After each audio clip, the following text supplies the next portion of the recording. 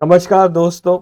ये डेटा क्या कहता है कि एक नए एपिसोड में आप सब लोगों का स्वागत है। मैं हूं अजय प्रकाश। क्या आप लोगों ने कभी इस तरफ भी ध्यान दिया है कि आने वाले अगले 5 वर्षों के अंदर हमारा राजनीति का लैंडस्केप बिल्कुल बदलने जा रहा है। मैं बात राहुल गांधी या मोदी जी की नहीं कर रहा हूं कि 2024 में कौन आएगा। उसके बारे में तो अटकलें रोज लगती जा रही हैं और अफवाहों का बाजार गर्म बना हुआ है। आज इस एपिसोड में मैं आपका ध्यान किसी और तरफ आकर्षित करना चाहता हूं। मैंने अपने जितने भी राजनेता हैं और पॉलिटिशियंस हैं, वो स्टेट के चीफ मिनिस्टर्स हों या सेंटर के मिनिस्टर्स हों, उनकी उम्र का यानी एज का एक एनालिसिस किया है। उसमें मैंने ये देखा है कि लगभग 60% हमारे राजनेता ऐसे हैं जो 70 साल की उम्र से ज़्यादा हैं और बाकी 40% ऐसे हैं जो 70 की उम्र से कम हैं। तो अगर आप देखेंगे तो आने वाले 5-10 सालों में जितने भी हमारे नेता आज 70 से ऊपर के हैं वो रिटायर हो जाएंगे। तो देश की बागडोर ऐसे लोगों के हाथ में जाएगी जो आज इस वक्त 70 साल की उम्र से कम है। लेकिन कभी हम आपने ये देखा है ये कौन से ऐसे लोग हैं जो इस समय इस कैटेगरी में आते हैं और क्या वो देश चलाने में सक्षम होंगे? चलिए आज इसी बात पर डिस्कशन करते हैं।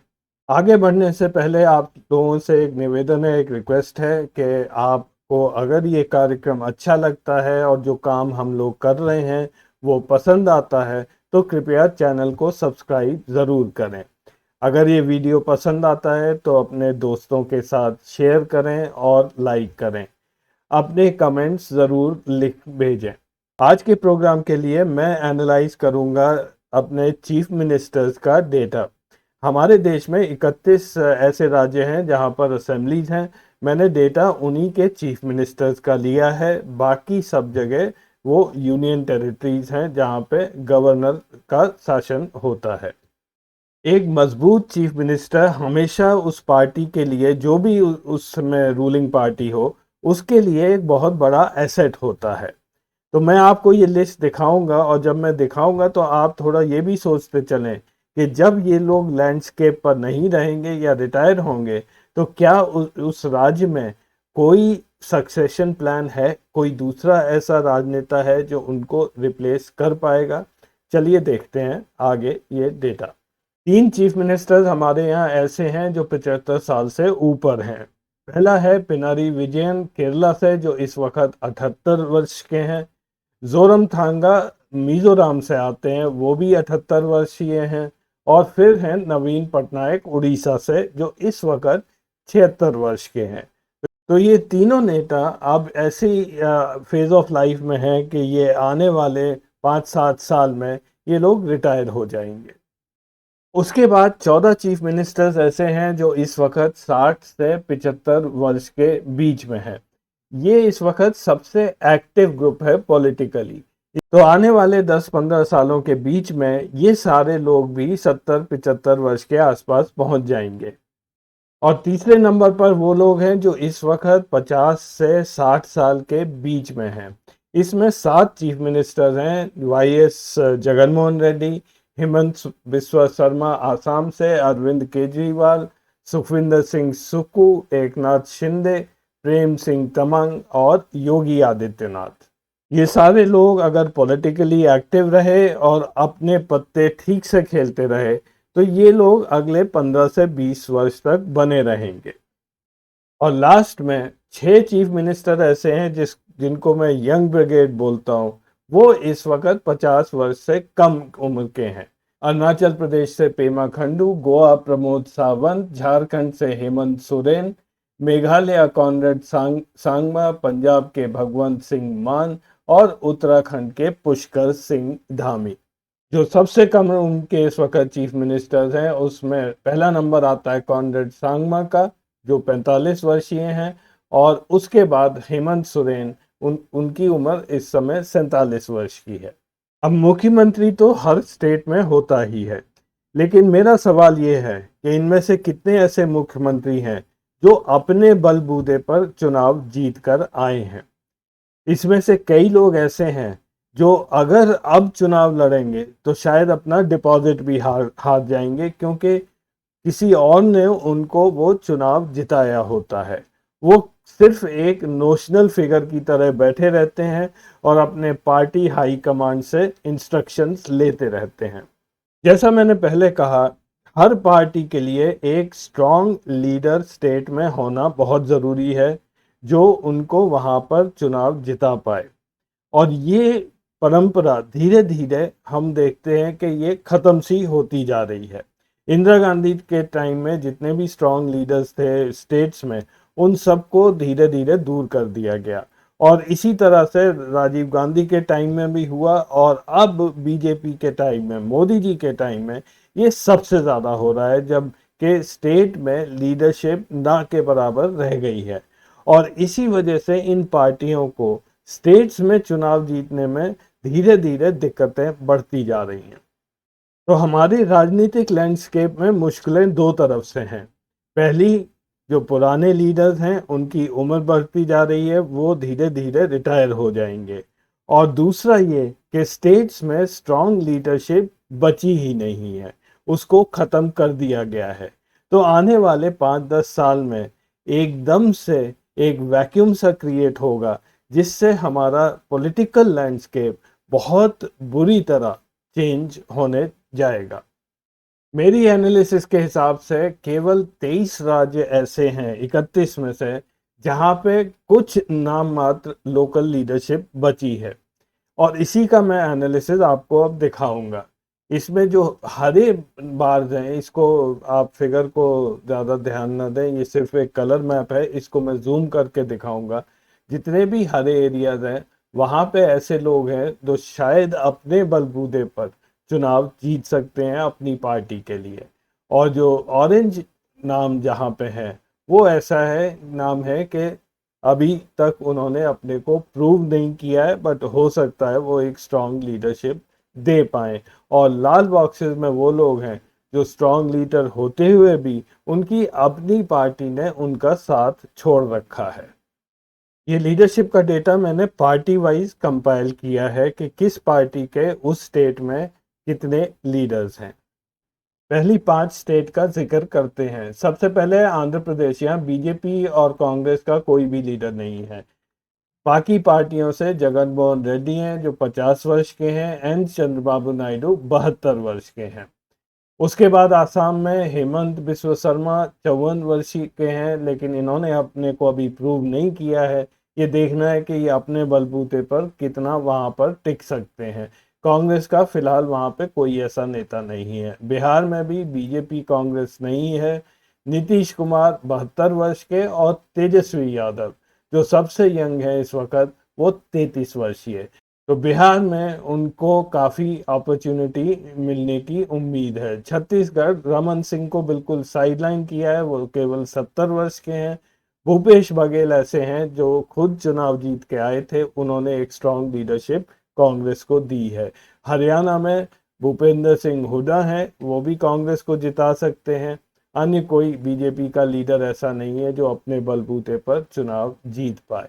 मेरी लिस्ट में अगली 5 स्टेट ये हैं। हिमाचल प्रदेश, वहाँ सुखविंदर सिंह सुक्खू इस वक्त चीफ मिनिस्टर हैं, 59 ईयर्स के हैं, लेकिन ये देखना है कि वो अपने बलबूते पर आगे कितना कांग्रेस को फायदा पहुंचा सकते हैं।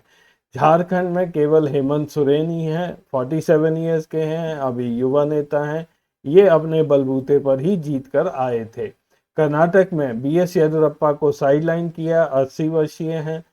सिद्धारमैया जी कांग्रेस के वहाँ सबसे वरिष्ठ नेता हैं, उन्हीं के बलबूते पर आज कांग्रेस वहाँ पर टिकी हुई है। केरला में पिनरी विजयन 78 ईयर्स के, वो अब काफ़ी ओल्ड होते जा रहे हैं, शायद अगला इलेक्शन भी ना लड़ें। उसके अलावा वहाँ पे कोई भी नेता, ना कांग्रेस का, ना बीजेपी का, ना कम्युनिस्ट पार्टी का कोई नहीं है। मध्य प्रदेश, शिवराज सिंह चौहान हमेशा चुनाव जीतते आए हैं, कमलनाथ कांग्रेस की तरफ से, वो भी चुनाव जीतते आए हैं। तो इस स्टेट में दोनों के पास एक अच्छी लोकल लीडरशिप है। इन अगली 5 स्टेट्स में आप देखेंगे कि बीजेपी के पास कोई भी लोकल लीडर है ही नहीं। महाराष्ट्र, मेघालय, उड़ीसा, पंजाब और राजस्थान। इनमें अगर आप सीट्स की गिनती कर लेंगे तो एक major chunk of seats in state से आती है, लेकिन बीजेपी के पास वहाँ लोकल लीडरशिप नहीं है। कांग्रेस के पास महाराष्ट्र में अशोक चव्हाण है, 64 वर्ष के हैं। उद्धव ठाकरे शिवसेना से 62 वर्ष के हैं। मेघालय से एक अकेले लीडर हैं, कॉनरेड सांगमा, 45 वर्ष। उसके बाद उड़ीसा में नवीन पटनायक 76 वर्ष के। सुखविंदर सिंह बादल हैं पंजाब में, जो अपने बलबूते पर चुनाव जीत सकते हैं, वो 60 वर्ष के हैं। और राजस्थान में कांग्रेस के अशोक गहलोत इस वक्त 71 वर्ष के हैं। लोकल लीडरशिप से मेरा मतलब ये है कि एक ऐसा व्यक्ति जो उस राज्य से आता हो और अपनी पार्टी को उस राज्य में चुनाव जीत कर दे सके। इन अगले 5 राज्यों में तमिलनाडु, तेलंगाना, उत्तर प्रदेश, उत्तराखंड और वेस्ट बंगाल, इसमें भी दोनों बड़ी पार्टियों के कोई खास लीडर्स हैं नहीं। उत्तर प्रदेश में योगी आदित्यनाथ ज़रूर हैं, लेकिन अभी तक ये पता नहीं है कि वो अपने बलबूते पर कितना वहाँ पर चुनाव जीत पाएंगे और क्या वो टिके भी रहेंगे या नहीं। उत्तराखंड में हरीश रावत हैं कांग्रेस के, जो इस वक्त 75 वर्ष के हैं। बाकी स्टेट्स में एम के स्टालिन है, वो भी 70 वर्ष के हो चुके हैं। पलानीस्वामी हैं, वो 68 ईयर्स के हैं। तेलंगाना में केसीआर 69 ईयर्स के। यूपी में अखिलेश यादव हैं, 49 ईयर्स के युवा नेता हैं, लेकिन उनका भी अभी कुछ समझ नहीं आ रहा है कि वो पॉलिटिकली कितना एक्टिव बने रहना चाहते हैं। वेस्ट बंगाल में फायर ब्रांड ममता बनर्जी हैं, 68 ईयर्स की हैं और अभी वो 2-4 इलेक्शंस और ज़रूर लड़ेंगी। और अंत में ये 3 यूनियन टेरिटरीज, दिल्ली में अरविंद केजरीवाल 54 ईयर्स के, ये तो बने ही रहेंगे, बहुत एक्टिव भी हैं और अपने बलबूते पर चुनाव जीतते आ रहे हैं। JNK में, जम्मू कश्मीर में उमर अब्दुल्ला, महबूबा मुफ्ती, फारूक अब्दुल्ला, ये सब पुराने नेता हैं। फारूक अब्दुल्ला 85 वर्षीय हो गए हैं, वो अब रिटायरमेंट के करीब हैं। उमर अब्दुल्ला और महबूबा मुफ्ती के बीच में ही आने वाले इलेक्शंस में हम कंटेस्ट देखेंगे। कांग्रेस की तरफ से अभी वहां पे कोई नहीं है, ना ही कोई बीजेपी की तरफ से है, और शायद इसी वजह से वहां चुनाव भी डिले होते जा रहे हैं। तो 23 राज्यों में केवल 33 ऐसे राजनेता हैं जो एक्टिव हैं, जो अपने बलबूते पर वहां पर चुनाव जीत सकते हैं। तो चलिए लास्ट में मैं आपको इसकी पार्टी वाइज समरी दिखाता हूं कि किस पार्टी के पास कितने नेता हैं। बीजेपी के पास केवल एक ही स्ट्रांग नेता है राज्यों में। 2 ऐसे नेता हैं जो अभी तक प्रूव नहीं हुए हैं, उसमें योगी आदित्यनाथ और हेमंत शर्मा बिस्वा आते हैं। और 2 ऐसे नेता हैं जो स्ट्रांग होते हुए भी बीजेपी ने उनको साइडलाइन कर रखा है। टोटल 5 नेता हैं। कांग्रेस के पास राज्यों में 7 स्ट्रांग नेता हैं, 2 ऐसे हैं जो अभी टेस्टेड नहीं है, कुल मिलाकर 9। और अन्य पार्टियां जो रीजनल पार्टी हैं, उसमें सबसे ज़्यादा स्ट्रांग नेता बने हुए हैं। इस वक्त 17 नेता ऐसे हैं जो राज्यों में हैं, 2 अभी टेस्टेड नहीं है, कुल मिलाकर 19 नेता। तो अगर 58% या 58% नेता ऐसे हैं जो इन 2 पार्टियों में नहीं हैं, तो उन स्टेट्स का रिजल्ट भी वैसा ही आएगा। आधे से ज़्यादा स्टेट्स अब रीजनल पार्टी द्वारा ही वहाँ पर चीफ मिनिस्टर्स बनाए जाएंगे, और धीरे धीरे बीजेपी और कांग्रेस, इनका इन्फ्लुएंस ख़त्म होता जाएगा अगर ये स्टेट्स में स्ट्रॉन्ग लीडरशिप डेवलप नहीं करते हैं। और सबसे बड़ा खतरा बीजेपी को ही बना हुआ है, क्योंकि केवल उसके पास 15% नेता ही रह गए हैं राज्यों में। और आप इसका सबूत देख लीजिए कि दक्षिण के राज्यों में बीजेपी को एक्सपैंड करने में कितनी मुश्किल आ रही है, क्योंकि उनके पास वहां पर कोई नेता ही नहीं है। और ये वो 8 राज्य हैं जहां पे किसी भी पार्टी का कोई नेता नहीं है और ना ही कोई लोकल पार्टी भी यहाँ पर मौजूद है। अरुणाचल प्रदेश, गोवा, गुजरात, मणिपुर, मिजोरम, नागालैंड, सिक्किम और त्रिपुरा। तो मैं अब नेक्स्ट जनरेशन ऑफ पॉलिटिशियंस, उनकी मैं लिस्ट आपको जल्दी से दिखा देता हूँ। हेमंत सोरेन, कांग्रेस सांगमा ऑलरेडी बात कर चुके हैं। योगी आदित्यनाथ 50 वर्ष के। हेमंत शर्मा 54 ईयर्स के, आसाम से। उस तेजस्वी यादव 33 साल के हैं, सबसे छोटे नेता बिहार से।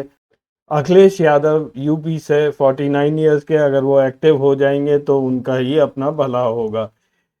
इसके अलावा सेंटर पर आज से 10-15 साल बाद राहुल गांधी एक्टिव रहेंगे, जो इस समय 52 वर्ष के हैं। अमित शाह भी शायद बने रहेंगे, इस वक्त उनकी उम्र 58 ईयर्स की है। लेकिन चलते चलते मैं एक कमेंट जरूर दूंगा, हेमंत बिस्वा शर्मा और योगी आदित्यनाथ दोनों आरएसएस से नहीं आते हैं, और आरएसएस से अगर नहीं आते हैं तो वो कितना पॉलिटिकली तरक्की कर सकते हैं, ये भी एक प्रश्न चिन्ह बना रहेगा। तो ये थी लिस्ट आज के स्टेट लीडर्स की। हो सकता है एक आध नाम में भूल गया हूँ, आप उसको भी ऐड कर लीजिए और फिर अपने आप एनालाइज कर लीजिए। इसमें ज़्यादातर लोग अगले 5-10 साल में, जैसा मैंने कहा, बाहर हो जाएंगे। तो आप अब खुद ही अंदाज़ा लगा सकते हैं कि जो बाकी बचे राजनेता इस वक्त हैं, उनके हाथ में हमारा देश कितना सुरक्षित रहेगा, या फिर हमें अब नए लीडर्स की तलाश करनी चाहिए। और इसमें ये भी एक मैसेज जाता है पॉलिटिकल पार्टीज़ को कि अगर उनको सरवाइव करना है तो स्टेट लीडरशिप बहुत ही अहम है, इम्पॉर्टेंट है। तो आज के एपिसोड में बस इतना ही। अगले हफ्ते फिर मिलेंगे कुछ नया डेटा लेकर। तब तक के लिए नमस्कार।